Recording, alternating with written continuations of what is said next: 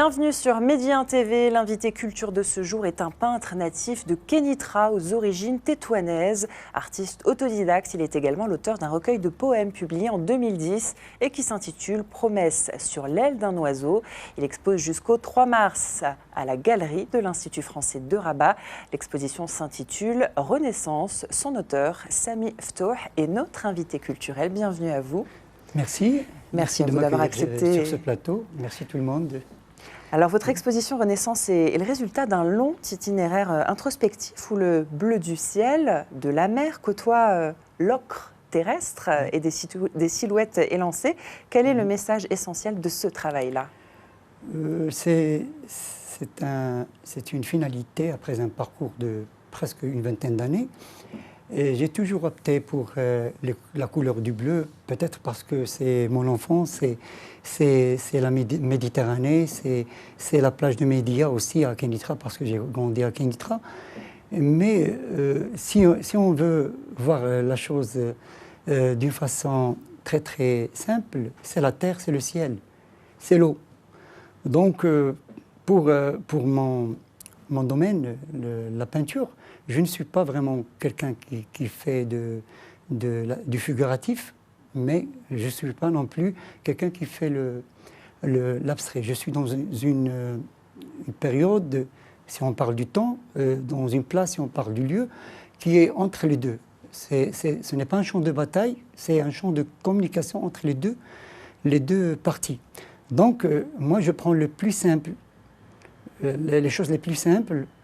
Ce sont deux couleurs qui évoqueraient ce qui est figuratif, la terre, le ciel, et en même temps, ça redevient, ça va vers une dimension pour que ça prenne la forme d'une écriture plastique. Donc, on peut dire que ce sont deux façons d'écrire. Donc, vous faites de la toile un outil de compréhension du monde. Vous recherchez ce que vous appelez le symbole pictural. Oui. C'est une recherche en soi en tant qu'artiste ou c'est une finalité, comme vous disiez ?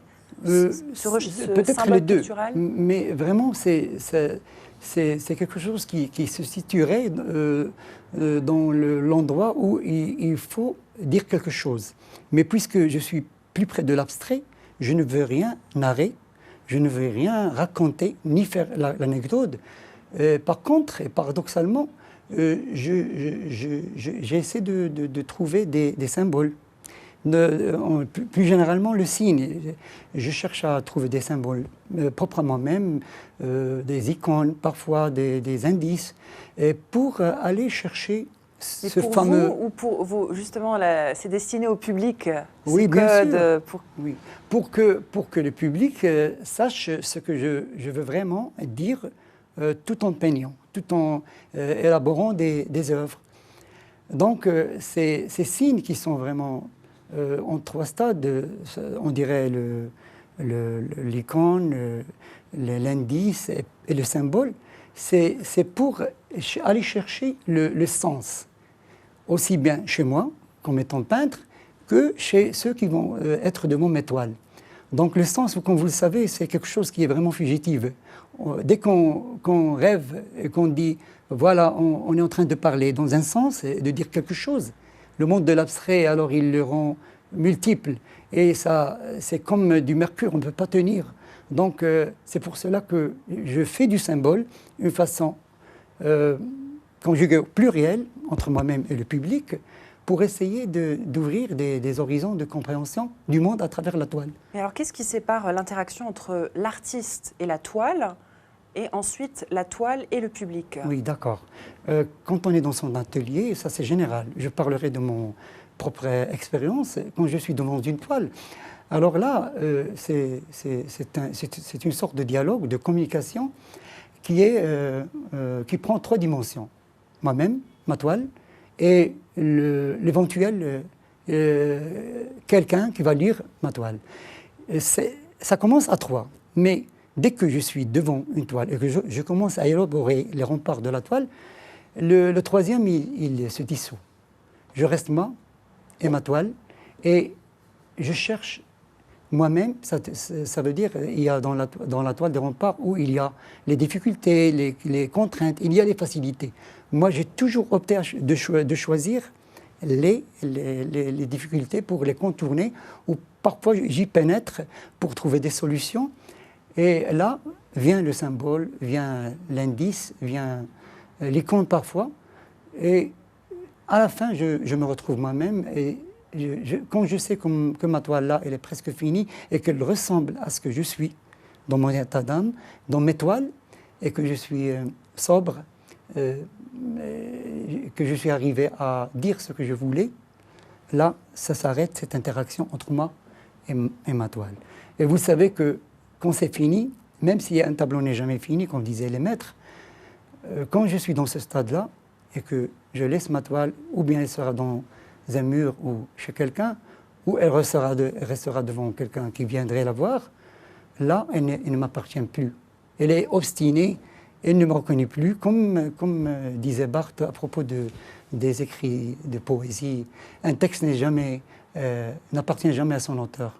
Donc, c'est là qu'intervient la deuxième sorte de communication entre l'autre et ma toile. Avec le public. Là, je n'ai rien à dire. Alors, l'icône, l'indice, le symbole, la matière aussi, vous êtes matiériste, la nature vous inspire, hein, on le voit notamment dans cette exposition Renaissance.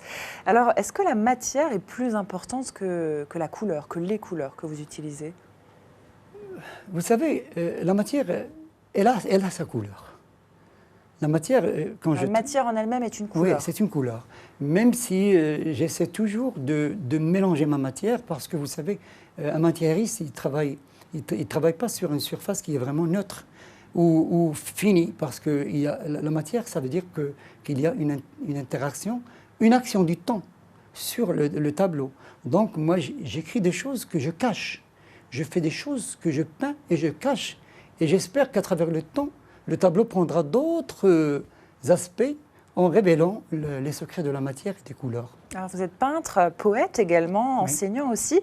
Quel regard portez-vous sur le discours ambiant, artistique, sur la critique d'art au Maroc notamment? Vous en pensez quoi?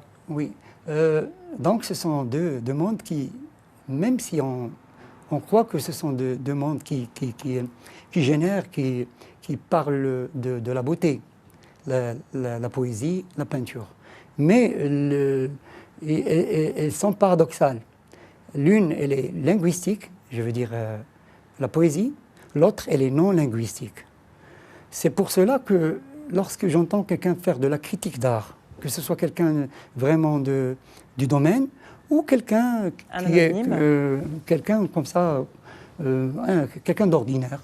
Donc, moi, j'ai toujours eu peur pour la toile, pour le discours non linguistique, parce qu'on essaie d'amener la toile avec son discours, avec son monde qui n'a rien avec la linguistique, les paroles et on est là en train de le faire entrer par force des mots. Et vous savez, qui est celui qui parle d'eux? C'est quelqu'un qui est de la toile. C'est un humain. Il a un goût. Donc, forcément, il ne sera pas juste avec ce que veut dire une toile. Il y a des gens vraiment qui, je ne sais pas comment ils font. Ce sont peut-être des magiciens. Ils parlent de ce que vous faites et ils comprennent mieux que vous ce que vous vouliez vous dire. Et ça, c'est vraiment génial. Là, on est au-dessus de la critique. Ça peut être un anonyme, pas forcément un professionnel. Oui, pas du tout. Je veux dire, mais ce n'est pas vraiment une chose qui est spécifique à quelqu'un qui fait de la critique d'art. Merci à vous, Sami Ftouh, d'avoir accepté l'invitation de Medi 1 TV. Je rappelle votre exposition Renaissance, ouverte au public à la galerie de l'Institut français de Rabat. Donc c'est jusqu'au 3 mars. Merci à vous. Merci beaucoup. Merci à vous aussi de nous avoir suivis. Restez sur Medi 1 TV. L'information se poursuit sur notre antenne.